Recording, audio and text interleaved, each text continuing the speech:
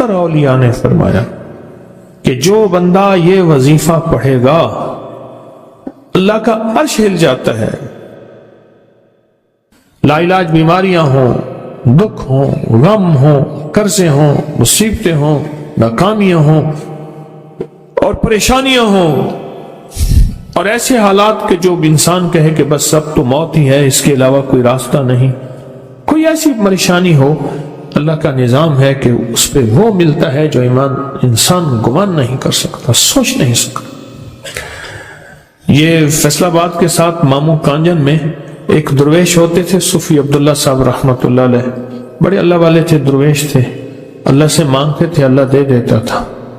تو مجھے ان کے ایک شاگرد نے بتایا، اردو بازار لاہور میں ہوتے تھے، کہنے لگے کہ میں ایک دفعہ گیا تو مجھ سے فرمانے لگے کہ میرے سارے کے سارے طالب علم استاد جمع ہو کے آ گئے کہ ہمارے جو ہے وہ ہمارے راشن نہیں، کھانا پینا کچھ نہیں، تنخواہیں نہیں ملی، سب چیز ختم ہو چکی ہے، تو اب ہمیں اجازت دے دیں، آپ کے پاس تو ہے نہیں. اچھا فرمایا مجھے چند دن دے دو، جتنا اور دن صبر کر لیا، چند دن مجھے دے دو.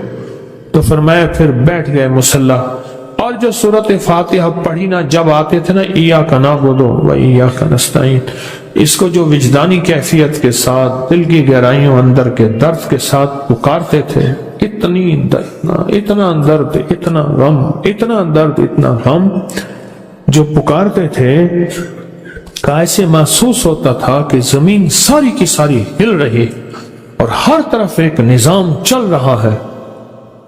اور جب پھر اس صورت کو پورا کرتے تھے، پھر سورۃ فاتحہ پڑھتے تھے، اور جب پہنچتے تھے ایاک نعبد و ایاک نستعین، پھر ایسے ہی جو ہے اس کو دہراتے تھے.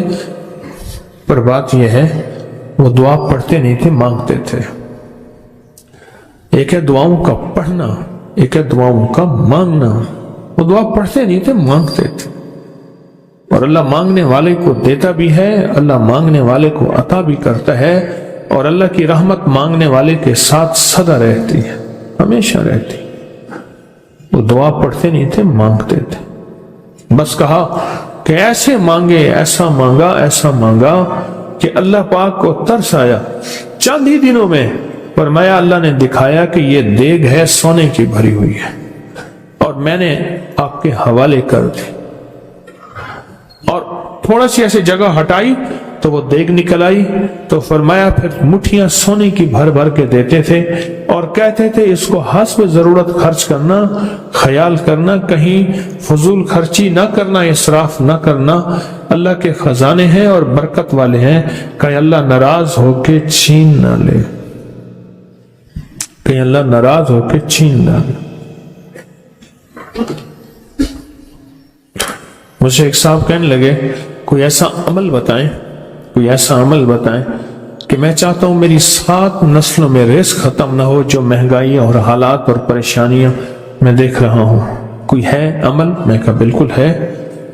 میں نے کہا روزانہ 40 منٹ بیٹھ، 40 منٹ صبح دوپہر شام، جو تیری تنہائی کا وقت ہو، کہ یا اللہ دنیا میں ایسی جگہ کوئی کہیں ہوتی، اکیلے بیٹھے رہتے یاد تیری دل نشیں ہوتی، اکیلے بیٹھے رہتے یاد تیری دل نشیں ہوتی.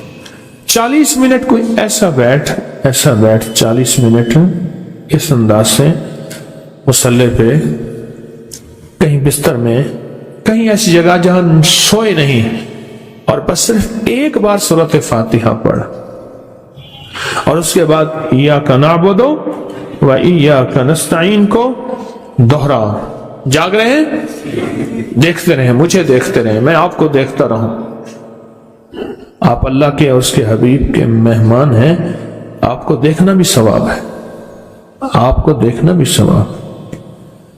تو میں نے اسے عرض کیا کہ بس اس کو وجدان سے پڑھو، ایسے پڑھ کے رونگٹے کھڑے ہو جائیں، آنسو بہنے لگ جائیں، دل کے اندر کا درد اور دل کا اندر کا غم اور اللہ کے سامنے حاضری، استحضار، اور یہ کیفیتیں تیری ہوں کہ بس اس کے علاوہ کوئی مجھے یاد نہ رہے.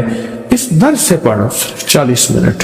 40 کی عدد کے ساتھ کائنات کے رازوں کا بڑا تعلق ہے.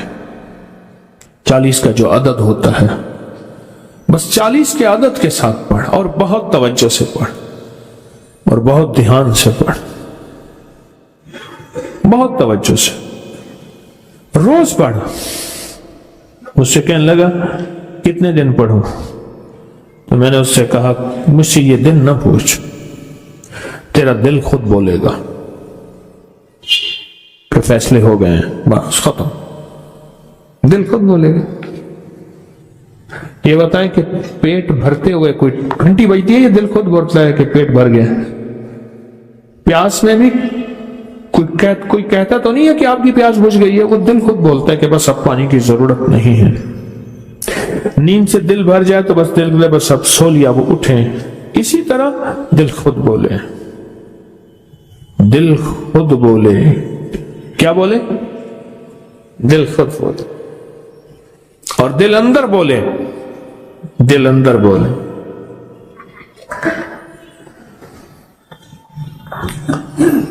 کہ اللہ پاک جل شانہ نے نسلوں کے لیے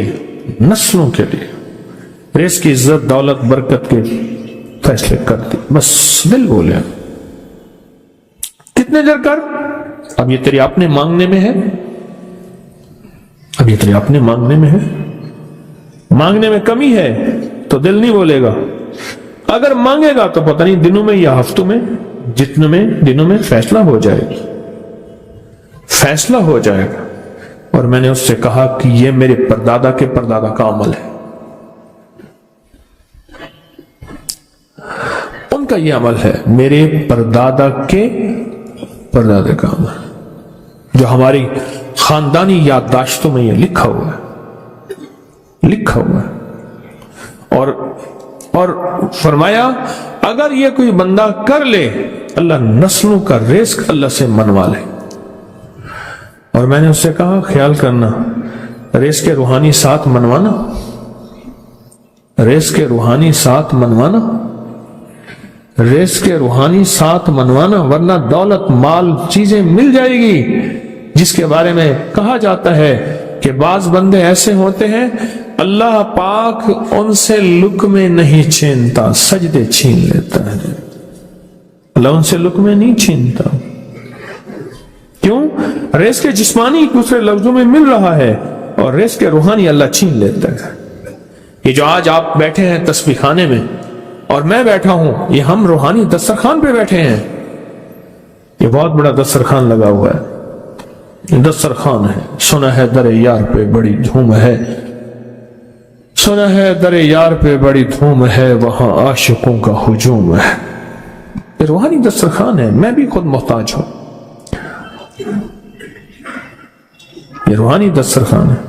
تو میں نے اس سے عرض کیا کہ ایک دسترخوان نہیں مانگنا، دونوں مانگنا، رزق روحانی بھی، رزق جسمانی تو اس کو بھی ملتا ہے جس کو کلمہ نصیب نہیں ہوا، رزق جسمانی تو اس کو ہی ملتا ہے جس کو کملی والی کی غلامی نصیب نہیں ہوئی، رزق جسمانی تو اس کو ہی ملتا ہے جس کے ماتھے پہ شقاوت لکھی ہے، رزق جسمانی تو اس کو ملتا ہے جو اللہ کا نافرمان ہے، رزق جسمانی تو اس کو ملتا ہے جو اللہ کے وجود کا انکار کرتا ہے، رزق جسمانی تو اس کو ہی ملتا ہے جو آخرت اور قبر کا انکار کرتا ہے، رزق جسمانی تو اس کو ملتا ہے جو جنات اور برزخ کا انکار کرتا ہے، رزق جسمانی تو اس کو ملتا ہے جو خود کملی والے کی نبوت کا انکار کرتا ہے، وہ تو بے بہا لوگ ہیں، ان کو ملتا ہے۔ پر تجھے بھی صرف رزق جسمانی ملا اور اللہ سے یہ منوا لیا، نہ یہ نہ منوانا، اللہ سے کہنا ہے اللہ رزق روحانی بھی دے اور رزق جسمانی بھی دے، دو رزق کٹھے عطا فرما۔ کون سا رزق؟ رزق اور رزق جسمانی بھی دے۔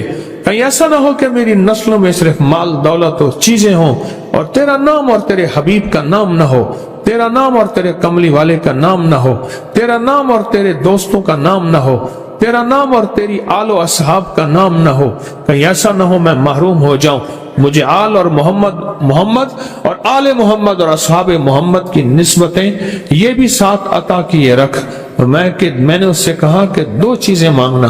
اچھا قدرت کا نظام ہے، کچھ دیوانے بھی ہوتے ہیں، یقین والے ہوتے ہیں، آپ جیسے آپ مخلص بیٹھے ہیں، اور پوری دنیا میں ہمارے ساتھ اس وقت مخلص بیٹھے ہیں جو ہماری آج کی محفل میں شریک ہیں، ہوتے ہیں دیوانے، اس نے یقین سے پڑھنا شروع کر دیا. مجھ سے کہنے لگا ایک وقت ایک جگہ ہو بہت بہتر. میں نے اس سے کہا, میں نے کہا پھر بھی اگر ایک وقت ایک جگہ میسر نہ بھی ہو تو اگر عمل کسی وقت چوک جائے, عمل کی جگہ چوک جائے, عمل کا وقت چوک جائے, مجبوری میں نہ ہو تو بہتر ہے, پر توجہ نہ چوکے, دھیان نہ جائے, استحضار نہ جائے, یقین نہ جائے, اور سچا یقین ہو, سچا یقین کہ میرا اللہ خود کہتا ہے یہ مانگنا بھی تو اسی نے دیا ہے نا, اسی نے مانگنا دیا ہے. جب اس کریم نے مانگنا ہی خود دیا ہے تو عطا بھی خود کرے گا. نہیں خوف نارے جہیم کا کہ کرم ہے مجھ پہ کریم کا, وہ خود عطا کرے گا مجھے, اس نے مانگنا دیا دے گا. یقین ہو ایسا ایسا ایسا ایسا, اتنا زبردست یقین ہو, اتنا یقین ہو اللہ کے ملنے پہ اور اللہ کے مانگنے پہ, اتنا یقین ہو کہ گمان اور خیال سے بالا تر یقین ہو, بہت زیادہ یقین. یاد رکھیے گا میری بات, میری طرف دیکھتے رہیں, یاد رکھیے گا جس کو ملا ہے یقین کی طاقت میں ملا ہے, اور جس سے چھنا ہے بے یقینی نے اس سے سب کچھ چھین لیا, بے یقینی نے اس سے سب کچھ چھین لیا. جس کو ملا ہے یقین کی طاقت سے ملا ہے.